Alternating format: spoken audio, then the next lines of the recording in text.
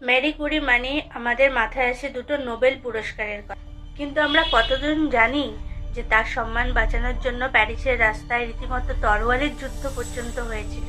আজকের আলোচনা সেই অজানা কুরিকে নিয়ে। তার এই বিপুল সাফল্যের পেছনে লুকিয়ে আছে সামাজিক বাধা এবং ব্যক্তিগত সংগ্রামের এক অবিশ্বাস্য গল্প। এই লড়াইটা শুধুমাত্র একজন নারী হিসেবে বা একজন বিদেশি হিসেবে ছিল না। খ্যাতির যে একটা বিড়ম্বনা থাকে সেটাও ছিল এটার একটা বড় কারণ। মানে তিনি ঠিক এমন একটা সময় কাজ করছিলেন যখন বিজ্ঞানকে একটা বিরাট মহৎ জগৎ হিসেবে দেখা হতো, কিন্তু তার জীবনটা চোখে আঙুল দিয়ে দেখিয়ে দেয় রাজনৈতিক কুসংস্কার এবং ব্যক্তিগত আক্রমণ কতটা ভয়ঙ্কর হতে পারে। চলুন তাহলে তার এই জগৎটাতে একটু ঢোকা যাক।